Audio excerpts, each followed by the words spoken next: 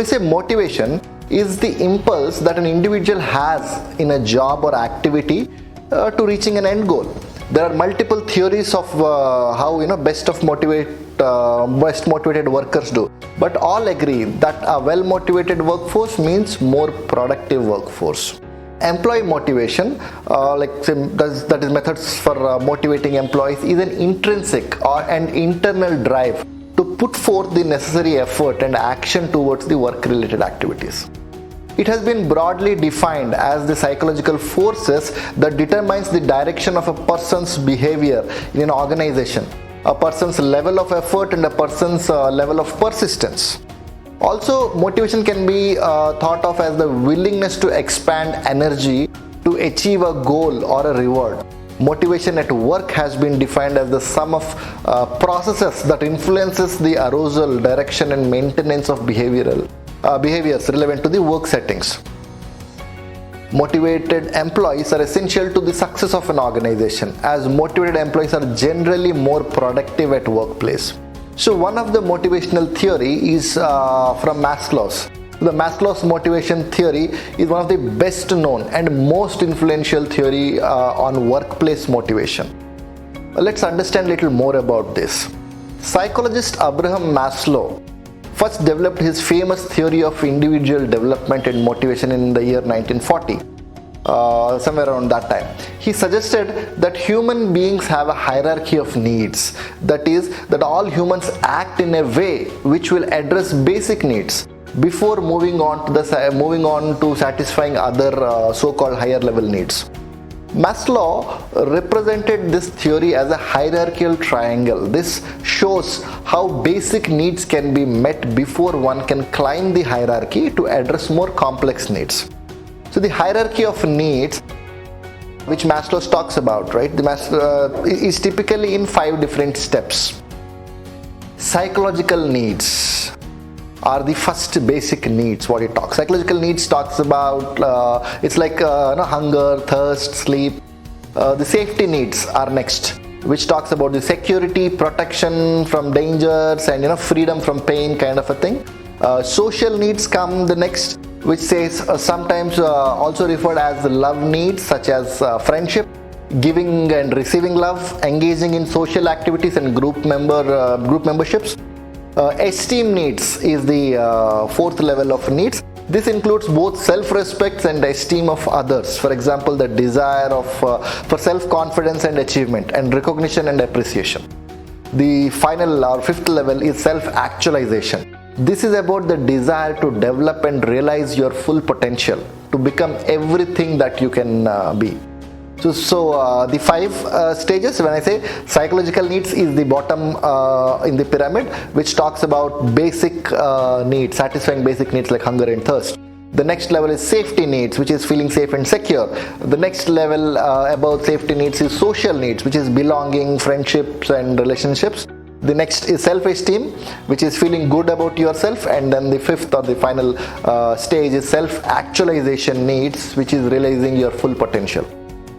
Maslow believed that human beings have a strong desire to reach their full potential. In his own words, he says, a man's desire for self-fulfillment, namely the tendency for him to become actually in what he is potential, to become everything that one is capable of being. The next one is Herberg's 2-factor theory. Herberg's motivation theory model, or 2-factor theory, argues that there are 2 factors that an organization can adjust to influence motivation in the workplace. These factors are number 1, motivators, and number 2 are hygiene factors. Motivating factor basically is the presence of motivators causes employees to work harder. They found within actual job itself, right? During the course of work which you do, motivating factors will be part of it. But when we say hygiene factors, the absence of hygiene factors will cause employees to work less hard. Hygiene factors are not present in the actual job itself, but it's surrounded by the job that they do. So there are a few factors for this particular theory. When I say poor hygiene, factors decrease employees' job satisfaction, right? The hygiene factors are for decrease employee satisfaction, wherein motivating factors will increase the employee job satisfaction. And there are a lot of factors that includes in both the motivators and the hygiene factors. Let us understand each in detail.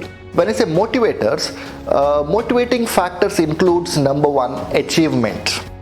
A job must have an employee a sense of achievement. This will provide a proud feeling of having done something difficult but worthwhile. The second one is recognition. A job must provide an employee with the prize and recognition of their successes.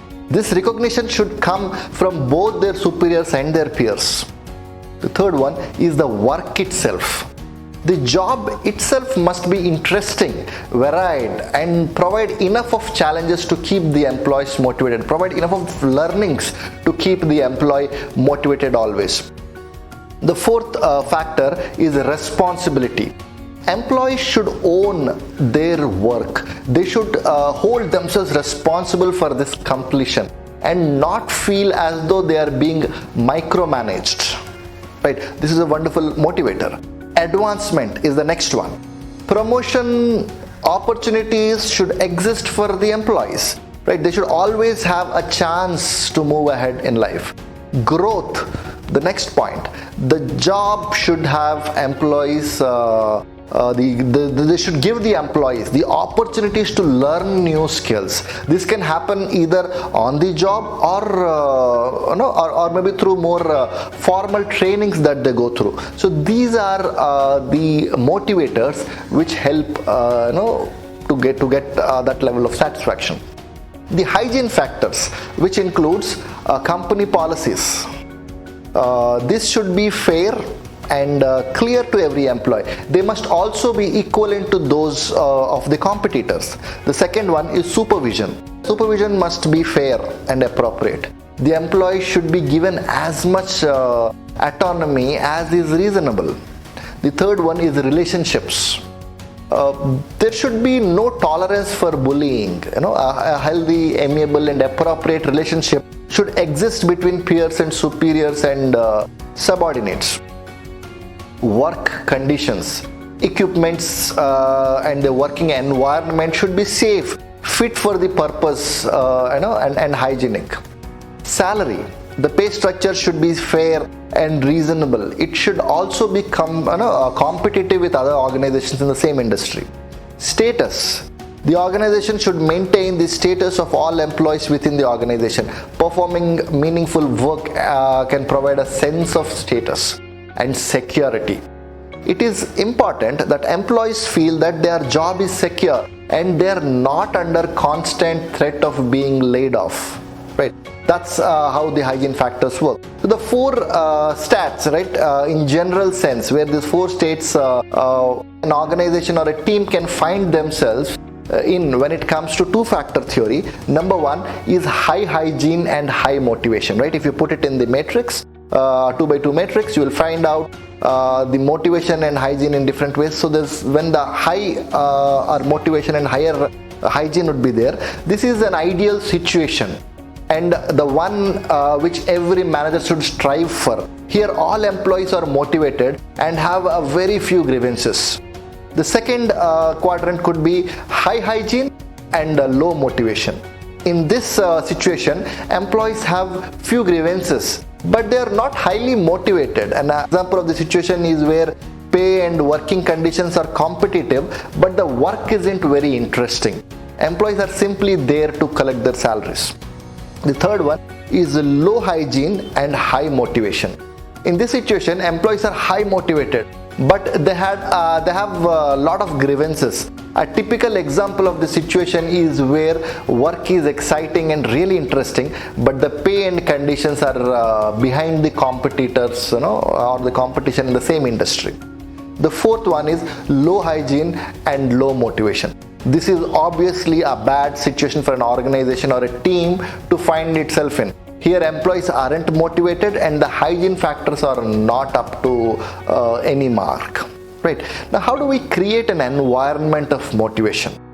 Employees are motivated to complete tasks when they perceive the outcomes will satisfy one or more of their basic human needs. To ensure long-term motivation, managers must create a work environment that provides employees with the opportunity to satisfy these needs on a consistent basis.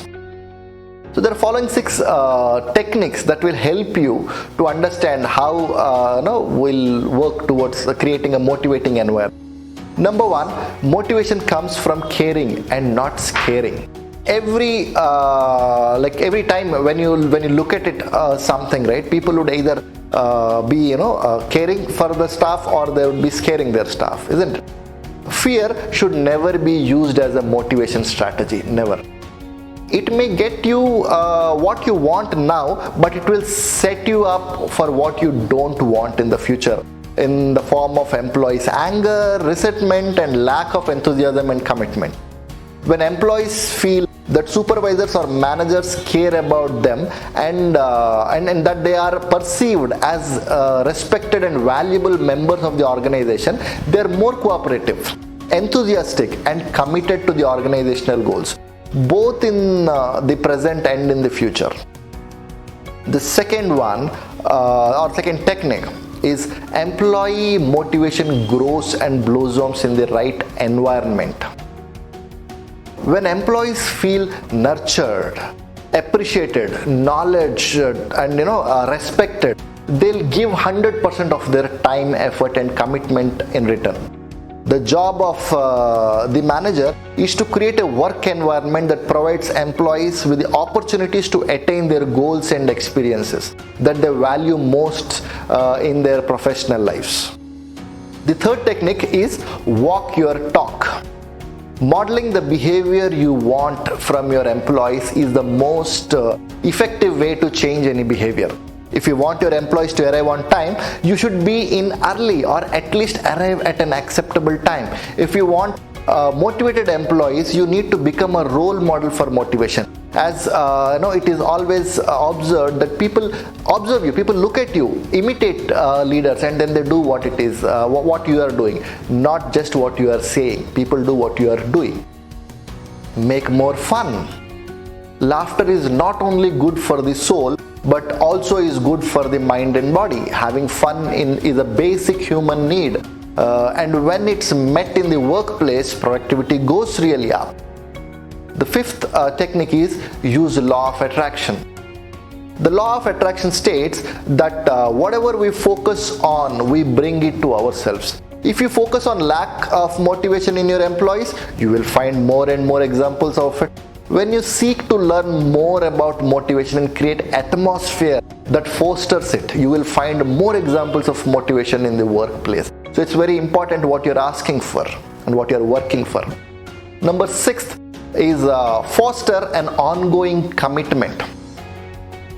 Motivating employees is an ongoing process because people are continually growing and changing. As they achieve something they want or they value, then they seek to achieve more on the same. If motivation is not kept on your managerial front burner, that's key stuff, or you will see the fires in your employees slowly fade and die out, right? So the fire should always be on, the fire should always be pumped, you should always be on the pedal, right? Motivation is always a continuous process, right? So 6 techniques that we were talking about which will help motivation in the environment. Quickly to recap, number 1 is motivation comes from caring, not scaring. Employee motivation grows and blossoms in the right environment. Number 3 is walk your talk. Number 4, make more fun. And the 5th point is use law of attraction. The 6th one talks about foster an ongoing commitment. Let us now understand what are the steps that we need to take to sustain and further build on motivation. Right? There are different steps. We'll go one by one and we'll discuss each in detail. The number 1 or the first step to sustain and build motivation is to provide supportive leadership. Leadership is one of the key factors in employee motivation. Supportive leaders work closely with employees. Trust and a sympathetic ear are powerful incentives for keeping people focused and developing new talent. Good leaders act as role models, holding themselves to high standards of accountability that set an example for all. Supportive leadership means recognizing that a leader's expectation influence how employees see themselves. Those you consider unlikely to succeed will probably fail. You can help to create a condition for increased productivity just by starting from the assumption that your employees are skilled and dedicated. Providing that supportive leadership is very, very critical, where people should rely, trust, they should have a confidence that when in times they can fall back and they can pick stuff from there and then move ahead. The second step is empower the individual. Every employee needs to know that he or she is valued as an individual. No one wants to feel like a faceless, interchangeable, people in some larger scenarios. So make sure all the members of your workforce are given opportunities to express themselves. Encourage employees to display aspirational personal stuff, right? Employees needs to be empowered. Every individual need to be seen on what are their strengths are, what are they good at, what is their productivity could be, where is the place where they can make magic, and empower them, give them enough support, help them, nurture them, guide them, ensure they have this in them. And this is basically how you sustain it, right? See everything, every opportunity where people can be given a chance to explore themselves, right? Look at things when they fail, maybe give enough feedbacks, tell them, correct them, but then they should be in a position to walk ahead in life. The third step is create a positive environment. Now this is very, very critical, that the environment in which people work should be pretty positive. Since many working professionals spend the majority of their waking hours at office, the work environment should be a place that puts employees at ease while encouraging productivity. Right, most of the time in their life, which they are awake, what I was talking about, are at work. That's the reason where people slowly coming to a point where they're saying work and life balance. They think work is different, life is different. No, it is just life and life. Right? How interesting can you make the working time, right? The working time in their life, so that they are happy doing what they're doing, right? How do you ensure the environment is positive? You need to work towards it. An important step towards creating a happy and a productive workspace is to encourage employees to share the information and knowledge, which are for the supportive leaders usually means more listening, right? Then talking. Listen to those people, right? Come figure out their ideas, their knowledge, and how this could be helping each other. People should be allowed to admit their mistakes without fearing humiliation. Employees can also benefit from being given new or more challenging assignments that take them out of their comfort zone.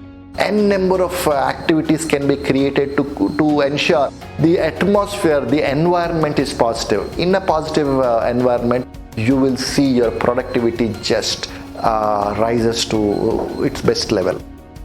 The fourth step is encourage teamwork. From the soccer field to the battlefield to the boardroom, nothing is better at keeping an individual focused and responsive than belonging a team. Through teamwork, employees learn to trust each other and to look beyond themselves. And healthy competition in team setting, both in the office and after hours, can increasingly increase the creativity as well, right? It's very important. The teamwork needs to be brought in, where every individual is seen the way they are with their own strengths and their own contribution, and then how each one can work with each other to ensure they get a better result. So it's a continuous process which you need to work on to encourage teamwork, to ensure you have different avenues where people exhibit teamwork, and that's an important factor to build motivation and sustain it to a next level. Recognize and reward, right? See, recognition and rewards are super critical to ensure the motivation is there and sustained. Everybody, every person, every individual, every employee who has put his heart and soul, his work on, effort on his work, needs to be recognized. He's expecting to be recognized by what work he's doing, and needs and looking for how this work can be rewarded. Everybody looks at that, right? What is my work, and how is my work being recognized, and what kind of a reward which would help it. To ensure the motivation is there, sustaining and further building, it's very, very important for the leaders to recognize people's work. And there are different ways to recognize people's work, right? A simple pat on someone's thing, an email that goes across the organization saying somebody has achieved something very good, maybe an annual awards and monthly awards, a different kind of reward system that also needs to be done to ensure you build motivation. Right, the sixth one is knock out boredom. Boredom saps motivation badly, right, and reduces productivity. In order to maintain motivation at the office, keep things lively and new. Avoid routine by allowing employees to explore and inventive, right? People need to do something new all the time. The moment boredom enters in the office, in the workspace, motivation just gets out of the place. It reduces the productivity very, very badly. When people do monotonously same kind of a stuff, boredom comes in. You need to see how creative people could be, how engaging things could be, how well you would ensure that new things are coming in place so that the boredom is completely knocked out of the place. The seventh step is eliminate dissatisfactions. For many, if not most employees, motivation is directly tied to job satisfaction. It almost goes without saying then that supportive leadership needs to do everything possible to eliminate such sources of dissatisfaction as unnecessarily about the future, intrinsic supervision, and excessive paperwork. Just knowing that management is aware of problematic areas and is working to address them can help keep employees from losing sight of what they enjoy about their job. There are different job dissatisfactions that would be there in the workplace. It needs to be looked at it needs to be removed, it needs to be eliminated completely out of this. Only when the dissatisfactions are moved out, you would be in a position to build on the motivation and sustain it and further build ahead. The eighth step is share positive feedback. It's great to feel fulfilled by your work, isn't it? In fact, it's one of the key job satisfaction factor. Satisfaction in your work can come from a variety of places. When good feedback is shared, right, when a positive feedback is shared, when things work positively, right, it motivates people to a very different level. They put their heart and soul to work for it. They go extra mile to ensure that they're doing their best. So any feedbacks, right, needs to be shared, especially the positive feedback needs to be shared. So it's always said, when you have a positive feedback on somebody, it needs to be said in front of many people, and it needs to be said many number of times. But when you have a negative feedback, it could be a one-on-one conversation and straight to that person. The objective over here is that the recipient understands their feedback and starts working on it and improves to the next level. So the step 8 says share positive feedback. Make it a culture, make it a habit that every time we have in our interaction, we share all the possible positive feedbacks for the team, and this will definitely help to sustain and also build motivation ahead. The step 9 is be transparent. Having insights into how business is going makes your employees more invested. So make a point to share this data with them on a regular basis. It's very important when we have our regular meetings, you call it an all hands meeting, different stand-ups. People need to know where is the organization moving, how are they doing, what are their current challenges, how did they perform month on month, what are their metrics talking about, what is their customers talking about, what are their promoters scores that they're talking about, it's very important that people are very transparent. The more transparent you are, it helps you to build more motivation, because that's when you're very transparent, talks everything straight, this is when people start working and looking towards how well they can work to ensure things happen. So always be transparent. The 10th step to sustain and build motivation is ask them what they want. Instead of trying to guess what's most important to them, actually sit down with them and find out what they value. Right? It's pretty interesting, that many a times you would come back that what you were thinking about them and what they really want might be very, very different. Right? It's important to find out what they really want.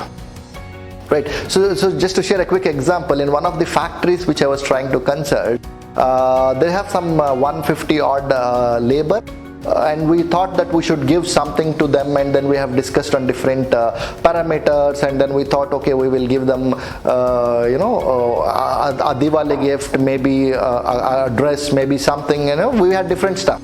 But when we went really and did this small research and asked a couple of their representatives and tried to figure out what do they exactly need, for surprising, what we found out is, with the evening tea which comes at 5, they expected, give us something, to some food stuff, something to eat.